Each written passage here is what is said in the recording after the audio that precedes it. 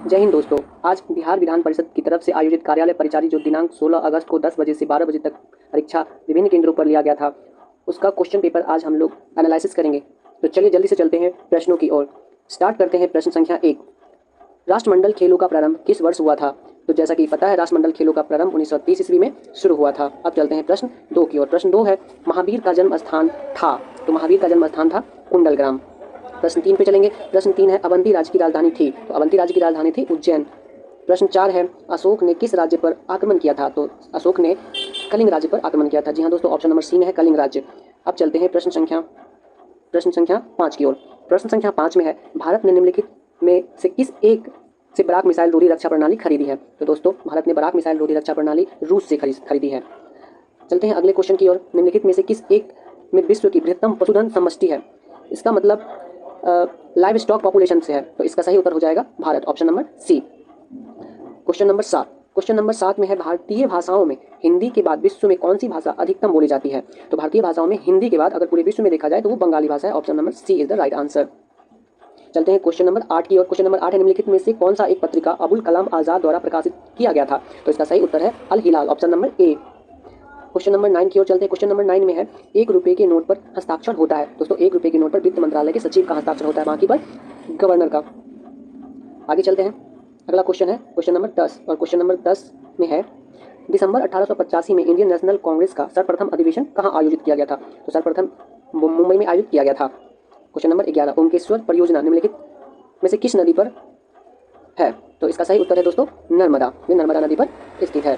Question number 12, सीमा सुरक्षा बल की स्थापना कब की गई थी? सीमा सुरक्षा बल की स्थापना 1965 में किया गया था। क्वेश्चन नंबर 13 है, भारतीय जीवन बीमा निगम की स्थापना किस वर्ष हुई थी? तो भारतीय जीवन बीमा निगम की स्थापना 1956 में हुई थी। चलते हैं अगले प्रश्न की ओर। क्वेश्चन नंबर 14 की ओर। क्वेश्चन नंबर 14 है, पुलित्जर पुरस्कार किस क्षेत्र में प्रदान किया जाता है? तो पुलित्जर पुरस्कार पत्रकारिता के क्षेत्र में प्रदान किया जाता है। चलते हैं अगले क्वेश्चन की ओर। Question number 15, Radha Mohan cup का संबंध किस खेल से है? राधा मोहन खेल का संबंध पोलो से है। Option number A is the right answer. चलते हैं अगले क्वेश्चन की ओर। क्वेश्चन नंबर 16, भारत की प्रथम रेलवे लाइन किस ब्रिटिश गवर्नर के समय बिछाई गई थी? तो दोस्तों, उस समय ब्रिटिश गवर्नर लॉर्ड डलहौजी हुआ करते थे। चलते हैं अगले प्रश्न 17 की ओर। और क्वेश्चन नंबर 17 में है, उच्चावच दिखाने का सबसे सही तरीका कौन सा है? ये ज्योग्राफी का क्वेश्चन है और इसका सबसे सही तरीका होता है समुच्च रेखा। 100% सही ऑप्शन है दोस्तों समुच्च रेखा। क्वेश्चन नंबर 18 है, भूतापीय ऊर्जा पर आधारित मणिकरण बिजली संयंत्र किस राज्य में स्थित है? तो मणिकरण बिजली संयंत्र हिमाचल प्रदेश में है, जो भूतापीय ऊर्जा पर आधारित है। क्वेश्चन नंबर 19, अधोलिखित कौन सी चट्टान में जीवाश्म नहीं पाए जाते हैं? तो दोस्तों, ग्रेनाइट चट्टान में जीवाश्म नहीं पाए जाते हैं। क्वेश्चन नंबर 20 की ओर आते हैं। और क्वेश्चन नंबर 20 है, वायुमंडल के किस क्षेत्र में ओजोन परत अवस्थित है? तो वायुमंडल के समताप मंडल में ओजोन परत अवस्थित है। क्वेश्चन नंबर 21, कौन सा किला शिवाजी द्वारा सर्वप्रथम अधिग्रहित किया गया था? तो शिवाजी ने सबसे पहले तोरण के किला को अधिग्रहित किया था। क्वेश्चन नंबर 22, भारतीय प्रेस का मुक्तिदाता किसे कहा जाता है? तो भारतीय प्रेस का मुक्तिदाता चार्ल्स मैटकॉफ को कहा जाता है। क्वेश्चन नंबर 23, और क्वेश्चन नंबर 23 में है, किसने सन्यासी विद्रोह को अपने लेखन द्वारा प्रसिद्ध किया? तो सन्यासी विद्रोह को बंकिम चंद्र चटर्जी ने अपने लेखन के द्वारा प्रसिद्ध किया था। ये सन्यासी विद्रोह है। अगला क्वेश्चन है क्वेश्चन नंबर 24, हर्षवर्धन के शासनकाल में किस चीनी यात्री ने भारत की यात्रा की थी? तो दोस्तों, इसका सही उत्तर है विंसांग ने। अगला क्वेश्चन नंबर 25 कहता है, बंग भंग के बाद कौन सा आंदोलन शुरू हुआ था? तो दोस्तों, बंग भंग के बाद स्वदेशी आंदोलन शुरू हुआ था। इसके बाद है क्वेश्चन नंबर 26। क्वेश्चन नंबर 26 है, इंडियन नेशनल कांग्रेस की प्रथम भारतीय महिला अध्यक्ष कौन थी? दोस्तों, ये प्रथम भारतीय महिला अध्यक्ष पूछा जा रहा है, तो इसका सही उत्तर सरोजिनी नायडू ही होगा। अगर ये भारतीय नहीं लगा रहता तो इसका सही उत्तर श्रीमती एनी बेसेंट होता। क्वेश्चन नंबर 27, पटना में किस सिख गुरु का जन्म हुआ था? तो पटना में गुरु गोविंद सिंह का जन्म हुआ था। Option number D is the right answer. Question number 28 में है, अष्टाध्यायी किसके द्वारा लिखी गई थी? तो अष्टाध्यायी पाणिनि के द्वारा लिखी गई थी। पाणिनि सही आंसर होगा। क्वेश्चन नंबर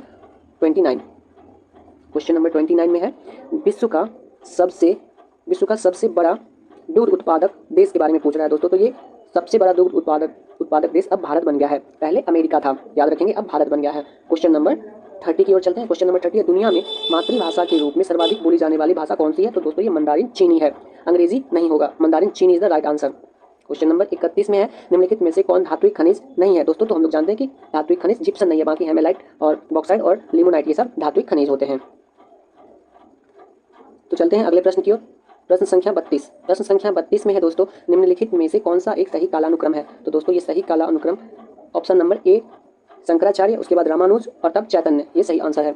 अब चलते हैं क्वेश्चन नंबर 33 की ओर। क्वेश्चन नंबर 33 में है, कायांतरित चट्टानों की उत्पत्ति किस चट्टानों से होती है? इस खाली जगह पे कौन सा आंसर सही होगा? तो दोस्तों ये दोनों चट्टानें होंगी, आग्नेय तथा अवसादी दोनों चट्टानें होंगी। अब है क्वेश्चन नंबर 34। तो दोस्तों क्वेश्चन नंबर 34 है, निम्नलिखित में से किस राज्य में विधान परिषद नहीं है? तो हम लोग जानते हैं कि भारत में सिर्फ 6 ही राज्य में विधान परिषद है। तो 6 राज्य में महाराष्ट्र, कर्नाटक और बिहार तो आते हैं, झारखंड नहीं आते हैं। इसका मतलब इस ऑप्शन के लिए झारखंड सही उत्तर हो जाएगा। क्वेश्चन नंबर 35 में चलते हैं और क्वेश्चन नंबर 35 है दोस्तों, वर्तमान में भारत के मुख्य निर्वाचन आयुक्त कौन है? तो दोस्तों वर्तमान में ज्ञानेश कुमार हैं, इससे पहले राजीव कुमार थे। अब आते हैं 36 की ओर। क्वेश्चन नंबर 36 है, the age of consent act किस वर्ष पारित हुआ? ये 1891 ईस्वी में पारित हुआ। ऑप्शन नंबर बी सही उत्तर होगा, the age of consent act 1891 में हुआ था। Question number 37। क्वेश्चन नंबर 37 में है, भारत के राष्ट्रपति के द्वारा अपना त्यागपत्र किनको सौंपा जाता है? तो भारत के राष्ट्रपति के द्वारा अपना त्यागपत्र तो भारत के उपराष्ट्रपति को ही सौंपा जाता है। हालांकि उपराष्ट्रपति अगर ना हो तो वो भारत के मुख्य न्यायाधीश को सौंपा जा सकता है।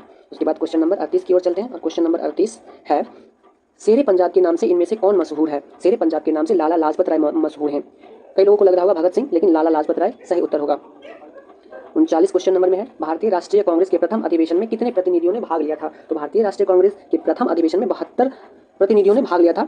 और ये भारतीय राष्ट्रीय कांग्रेस का प्रथम अधिवेशन से एक और क्वेश्चन पीछे भी पूछा जा चुका है। क्वेश्चन नंबर 40 में है, स्वराज मेरा जन्मसिद्ध अधिकार है, मैं इसे लेकर रहूंगा।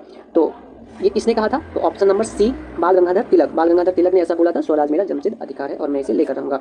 तो दोस्तों अब चलते हैं क्वेश्चन नंबर 41 की ओर। क्वेश्चन नंबर 41 में है, आलू है एक क्या? तो दोस्तों इसका सही उत्तर हो जाएगा कंद, जो कि आलू जड़ तो नहीं है, तो आलू कंद हो जाएगा, यानी तना हो जाएगा। और उसके बाद है क्वेश्चन नंबर 42, निम्नलिखित में से कौन सा रोग प्रोटोजोआ के द्वारा होता है? तो दोस्तों प्रोटोजोआ के द्वारा मलेरिया रोग होता है। उसके बाद है क्वेश्चन नंबर 43, मानव शरीर में सबसे बड़ी ग्रंथि कौन सी है? तो मानव शरीर में सबसे बड़ी ग्रंथि यकृत है, यकृत बोले तो लीवर।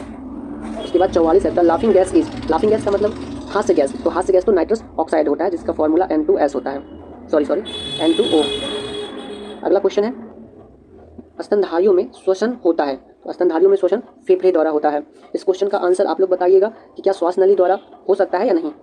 इसके बाद है क्वेश्चन नंबर 46, लेंस की शक्ति मापी जाती है। तो दोस्तों लेंस की शक्ति डायप्टर में मापी जाती है। मायोपिया, मायोपिया किस अंग का दोष है? मायोपिया मतलब ये आँख की बीमारी है।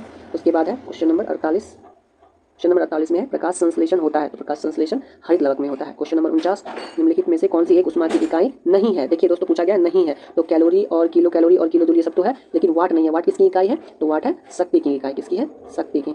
वाट शक्ति की इकाई है। अगला क्वेश्चन है, निम्नलिखित में से कौन सा एक ऊर्जा का नवीकरणीय स्रोत है? तो दोस्तों नवीकरणीय स्रोत का मतलब होता है जिसे हम बार बार यूज कर पाए, तो सौर ऊर्जा हो जाएगा, बाकी सब तो और नवीकरणीय स्रोत है। क्वेश्चन नंबर 51, पौधे जो नमक युक्त मिट्टी में उगते हैं को क्या कहते हैं? तो दोस्तों जो नमक युक्त मिट्टी में उगते हैं उसे हैलोफाइट कहते हैं, क्योंकि हैलोजन ग्रुप का होता है नमक, इसलिए यहाँ से भी याद रख सकते हैं। क्वेश्चन नंबर 52 में निम्नलिखित में से कौन एक पादप हार्मोन है? तो दोस्तों पादप हार्मोन साइटोकाइनिन है।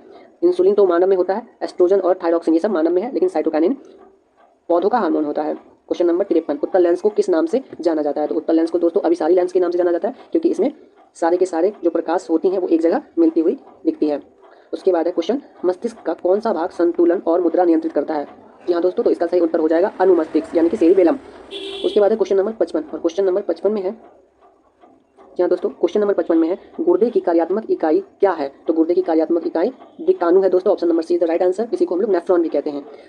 आगे दोस्तों गणित का प्रश्न है, जिसे मैं अगले वीडियो में गणित के प्रश्न को हल करूंगा। तब तक के लिए नमस्कार।